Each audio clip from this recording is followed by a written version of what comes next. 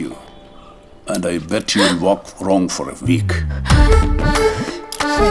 രഞ്ജി പണിക്കരുടെ മകൻ നിതിൻ രഞ്ജി പണിക്കർ സംവിധാനം ചെയ്ത സിനിമയാണ് കസബ. മമ്മൂട്ടി നായകനായ കസബയുടെ പേരിൽ നിതിൻ വാങ്ങിക്കൂട്ടിയ തെറിക്ക് കയ്യും കണക്കും ഉണ്ടായിരുന്നില്ല. സ്ത്രീവിരുദ്ധ ഡയലോഗുകളുടെയും മറ്റും പേരിൽ ഫെമിനിസ്റ്റുകൾ കസബയെ പൂരത്തെറി വിളിച്ചു. നടിയും സംവിധായികയുമായ ഗീതു മോഹൻദാസും കസബയ്ക്കെതിരെ രംഗത്ത് വന്നിരുന്നു. അന്ന് കിട്ടിയ അടിക്ക് കണക്ക് തീർക്കുകയാണ് നിതിൻ രഞ്ജി പണിക്കർ ഇപ്പോൾ.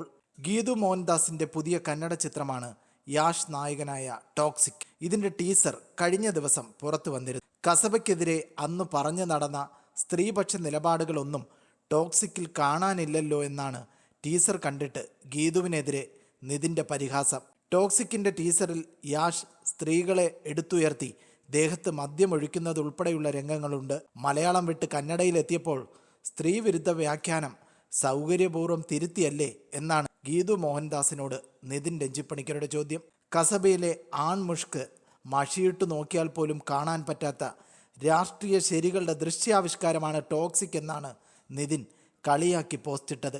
കസബയ്ക്കെതിരെ ആഞ്ഞടിക്കാൻ ഗിയർ കയറ്റിവിട്ട പുള്ളിയാണ് ഗീതു എന്ന കുത്തുവാക്കുമുണ്ട്.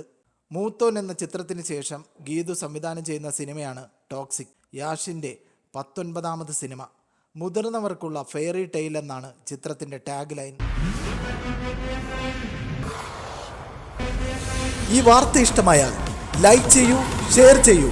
നിങ്ങളുടെ അഭിപ്രായം കമൻ്റായി രേഖപ്പെടുത്തൂ. സബ്സ്ക്രൈബ് ചെയ്യൂ സൈബർ വിലാസം media network. And I bet you'll walk wrong for a week.